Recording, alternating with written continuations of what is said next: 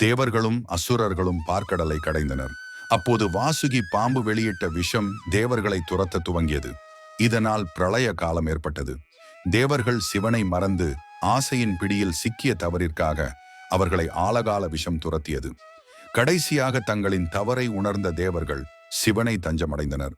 உலக நன்மைக்காக ஆலகால விஷத்தை வலம்புரி சங்கில் அடக்கி அதை தானே பருகினார் சிவபெருமான்.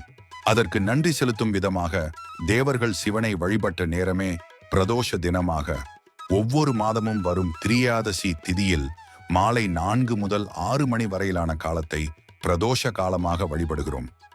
தன்னிடம் தஞ்சமடையும் அடியவர்களின் பாவங்களையும் தோஷங்களையும் தான் பருகி உலக உயிர்கள் கர்மாவிலிருந்து விடுபட்டு பரம்பயாருளாகிய தன்னை வந்து அடைய வேண்டும் என்பதே இதன் தாத்பரியம்.